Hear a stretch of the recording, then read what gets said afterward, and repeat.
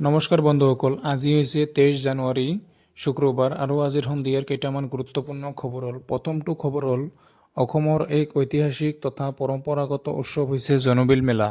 এই মেলাৰ বাবে অধীৰ আগ্ৰহেৰে অপেক্ষা কৰি থাকে মধ্য অসমৰ মৰিগাঁও জিলাৰ ভৈয়ামৰ লোকসকলৰ লগতে কাৰ্বি আংলং আৰু মেঘালয়ৰ পাহাৰত বসবাস কৰা জনগোষ্ঠীয় লোকসকলে।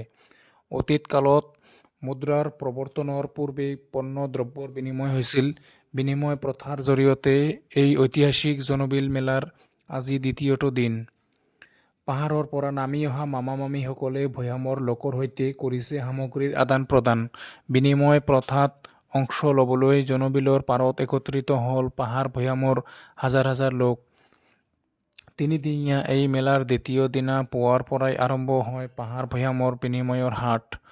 পুৱাৰে পৰা জোনবিলৰ পাৰ লোকে লোকাৰণ্য হৈ পৰিছে। সকলোৱে ঐতিহাসিকভাৱে চলি অহা বিনিময় প্ৰথা পালন কৰিবলৈ উৎসাহিত হোৱা দেখিবলৈ পোৱা গৈছে। পৰৱৰ্তী খবৰ, চতিয়া আৰক্ষীয়ে বৰপামৰ ঘিলাধাৰী নদীৰ সমীপত গাড়ীসহ 6টাকৈ গাঁওবাহীত চোৰ কৰায়ত্ব কৰিবলৈ সক্ষম হয়। বৈদ্যুতিক টায়াৰৰ মূল্যৱান তাঁৰ চুৰি কৰি গাড়ীত ভৰাই আনি থকাৰ সময়তে আৰক্ষীয়ে বিশেষ সূত্ৰৰ পম খেদি কৰায়ত্ব কৰে চোৰকেইটাক। আৰক্ষীয়ে আটক কৰা চোৰকেইটা নলবাৰীৰ বদৰ উদ্দিন, জহৰ উদ্দিন, নজৰুল ইছলাম, হানিফ আলী আৰু বৰপেটা জিলাৰ ছাইফুল ইছলাম, শ্বহিদুল ইছলাম বুলি জানিব পৰা গৈছে। আৰক্ষীয়ে ধৃত চোৰকেইটাক ব্যৱহাৰ কৰা AS01 TC 2585 নম্বৰৰ এখন বাহন আৰু AS01 RC 1567 নম্বৰৰ আন এখন বাহনো জব্দ কৰিবলৈ সক্ষম হয়। ইপিনে বিভাগৰ দ্বাৰা নিৰ্মাণৰত 220 kV লাইনৰ বৈদ্যুতিক টাৱাৰত ব্যৱহাৰ কৰিবলৈ অনা এই মূল্যৱান বৈদ্যুতিক তাঁৰ সমূহ চুৰি কৰি নিছিল। সম্প্ৰতি চতিয়া আৰক্ষীয়ে এই চোৰকেইটাক কৰায়ত্ব কৰি জেল হাজতলৈ প্ৰেৰণ কৰিছে।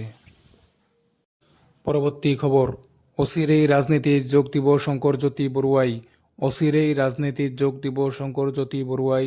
ৰাজনীতিত যোগ দিবলৈ প্ৰস্তুত আছুৰ প্ৰাক্তন সাধাৰণ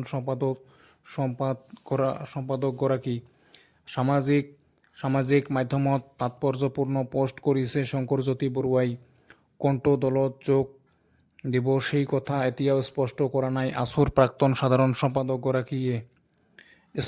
পোষ্টত লিখিছে, শংকৰজ্যোতি বৰুৱা হিচাপে সামাজিকভাৱে ৰাইজৰ সৈতে সুখে দুখে কাম কৰি আহিছোঁ। এতিয়া ৰাইজৰ সৈতে বহুদিনৰ পৰা আলোচনা কৰি আছোঁ। ৰাজনৈতিক সিদ্ধান্ত লোৱাৰ সময় সমাগত। সমাজপ্ৰিয় মানুহ মই। পৰৱৰ্তী খবৰ, শোণিতপুৰৰ বালিপাৰাত কেইবা শতাধিক ভিন্ন প্ৰজাতিৰ চৰাই চিৰিকটিৰ অস্বাভাৱিক মৃত্যুৰ ঘটনা সন্দৰ্ভত সংবাদ মাধ্যমত বাতৰি প্ৰচাৰ হোৱাৰ পাছতে গা লৰিল বন বিভাগৰ। এনেধৰণে পক্ষীৰ অস্বাভাৱিক মৃত্যুৰ অঞ্চলজুৰি চাঞ্চল্যৰ সৃষ্টি হৈছিল। বালিপাৰাৰ এৰাগাঁৱৰ সমীপৱৰ্তী দ পথাৰত সংঘটিত হৈছিল এই ঘটনা। কপৌ চৰাই, ঘনচিৰিকা, কণামুচৰিকেট আদি কৰি 200ৰো অধিক চৰাই চিৰিকটিৰ মৃত্যু হোৱাত প্ৰকৃতিপ্ৰেমী ৰাইজে গভীৰ উদ্বেগ প্ৰকাশ কৰিছে। ইপিনে এই ঘটনাৰ সন্দৰ্ভত স্থানীয় ৰাইজে বন বিভাগক খবৰ দিয়াত ঘটনাস্থলীত বন বিভাগৰ দল উপস্থিত হৈ পৰিস্থিতিৰ বুজ লয়।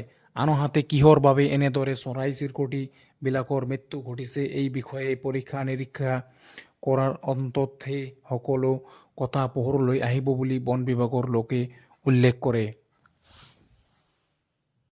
পৰৱৰ্তী খবৰ, আজি নেতাজী সুভাষ চন্দ্ৰ বসুৰ 129 সংখ্যক জন্মজয়ন্তী তথা পৰাক্ৰম দিৱস। ভাৰতৰ স্বাধীনতা সংগ্ৰামত তেওঁৰ অৱদানক সন্মান জনোৱাৰ অৰ্থে নেতাজী সুভাষ চন্দ্ৰ বসুৰ জন্মদিনটো প্ৰতি বছৰে 23 জানুৱাৰীত দেশৰ বিভিন্ন প্ৰান্তত পালন কৰা হয়। ৰাজ্যৰ ভিন্ন প্ৰান্তৰ লগতে ধুবুৰীৰ গৌৰীপুৰ চহৰৰ 4 নং ৱাৰ্ডত গৌৰীপুৰ নেতাজী যুৱ মঞ্চৰ উদ্যোগত স্বাধীনতা সংগ্ৰামী বীৰ নেতা নেতাজী সুভাষ চন্দ্ৰ বসুৰ জন্মজয়ন্তী দিনজোৰা কাৰ্যসূচীৰে উদযাপন কৰে। গৌৰীপুৰ চহৰৰ মাজমজিয়াৰ 4 নং ৱাৰ্ডত অৱস্থিত নেতাজীৰ আবক্ষ মূৰ্তিত মাল্য অৰ্পণ, চাকি ধূপ জ্বলাই গভীৰ শ্ৰদ্ধাঞ্জলি জনায়। সংগঠনটোৰ নেতৃত্বৰ লগতে ৰাজনৈতিক অৰাজনৈতিক সংগঠনৰ নেতা কৰ্মীয়ে স্বাধীনতা সংগ্ৰামী নেতাগৰাকীৰ শ্ৰদ্ধাঞ্জলি জ্ঞাপন কৰাৰ পাছতেই মহান নেতাগৰাকীৰ সংগ্ৰামী জীৱনৰ ওপৰত বহুলভাৱে আলোকপাত কৰে বিভিন্নজনে। পৰৱৰ্তী খবৰ, যোৰহাটত দিন দুপৰতেই ডকাইতি, দিনক দিনে বৃদ্ধি পাইছে ডকাইতিৰ ঘটনা। গুৱাহাটীৰ ডকাইতিৰ চাঞ্চল্য মাৰ নযাওঁতেই যোৰহাটত সংঘটিত হয় আন এক চাঞ্চল্যকৰ ডকাইতিৰ ঘটনা। ঘটনা বিৱৰণী মতে ৰাজীৱ দত্ত নামৰ এজন ৰুগীয়া জ্যেষ্ঠ ব্যক্তিয়ে বৃহস্পতিবাৰে পুৱাৰ ভাগত যোৰহাট চোলাধৰা মধুবনৰ সমীপৰ পথেৰে খোজকাঢ়ি গৈ থকা অৱস্থাত পূৰ্বৰে পৰা খাপ পিটি থকা এজন যুৱকে প্ৰথমতে গোলাঘাট লৈ যাবৰ বাবে তেওঁক পইচা বিচাৰে। পৰৱৰ্তী সময়ত যুৱকজনে ব্যক্তিজনক পথত বগৰাই পকেটত থকা ধন লৈ উধাও হয়। তাৰ পাছতে এই চাঞ্চল্যকৰ ডকাইতিৰ ঘটনা সংঘটিত হয়। ইপিনে এই সমস্ত ডকাইতিৰ ঘটনা বন্দী হয় ওচৰতে থকা চিচি কেমেৰাত। উল্লেখ্য যে আৰক্ষীয়ে ইতিমধ্যে আৰম্ভ কৰিছে তদন্ত। এগৰাকী ৰুগীয়া ব্যক্তিক দিন দুপৰতে পথত বগৰাই অচিনাক্ত দুৰ্বৃত্তই ডকাইতি কৰা বিষয়টোৱে এতিয়া যোৰহাটত তীব্ৰ চাঞ্চল্যৰ সৃষ্টি কৰিছে। পৰৱৰ্তী খবৰ, কৰ্তব্য পথত ইতিহাস ৰচিব ২৬ বছৰীয়া এগৰাকী যুৱতীয়ে। কৰ্তব্য পথত ইতিহাস ৰচিব ২৬ বছৰীয়া এগৰাকী যুৱতীয়ে। সমাগত গণৰাজ্য দিৱস উপলক্ষে ৰাজ্যৰ বিভিন্ন জিলাত প্ৰশাসনে প্ৰস্তুতি অব্যাহত ৰাখিছে। ৰাজধানী দিল্লীৰ কৰ্তব্য পথত পেৰেডৰ বাবে ভাৰতীয় সেনাবাহিনী আৰু আৰক্ষী বাহিনীয়ে ইতিমধ্যে অনুশীলন তুংগত কৰি তুলিছে। গণতন্ত্ৰ দিৱস উপলক্ষে প্ৰতি বছৰেই কৰ্তব্য পথত অনুষ্ঠিত হয় পেৰেড। এই পেৰেডত ভাৰতৰ শৌৰ্য-বীৰ্য শক্তিৰ লগতে দেশৰ বৈচিত্ৰ্যময় সংস্কৃতিৰ আভাসো প্ৰদৰ্শন কৰা হয়। ইপিনে ২০২৬ বৰ্ষৰ গণৰাজ্য দিৱসৰ পেৰেড পূৰ্বতকৈও কিছু ব্যতিক্ৰম হ'ব। এক ঐতিহাসিক মুহূৰ্তৰ সাক্ষী হ'ব দেশবাসী। অহা ২৬ জানুৱাৰী গণৰাজ্য দিৱসত কৰ্তব্য পথত পুৰুষ CRPF ইউনিট দলটোক পেৰেডত নেতৃত্ব দিব এগৰাকী যুৱতীয়ে। ছিমৰন বালা হৈছে প্ৰথমগৰাকী মহিলা যিয়ে CAPF ইউনিট দলক প্ৰথমবাৰৰ বাবে নেতৃত্ব দিব। ইপিনে ১৪০ জনৰো অধিক পুৰুষ জোৱানৰ পেৰেডৰ নেতৃত্ব দিব ২৬ বছৰীয়া ছিমৰন বালাই। উল্লেখ্য যে নৌচেৰা ছেক্টৰৰ নিয়ন্ত্ৰণ ৰেখাৰ এখন গাঁৱত জন্ম হৈছিল ছিমৰন বালাৰ। বাৰম্বাৰ পাকিস্তানী আক্ৰমণৰ লক্ষ্য হৈছে এই নৌচেৰা ছেক্টৰ। তেনে এক অঞ্চলৰ এখন গাঁৱত থাকি দেশ ৰক্ষাৰ সপোন দেখিছিল ছিমৰনে।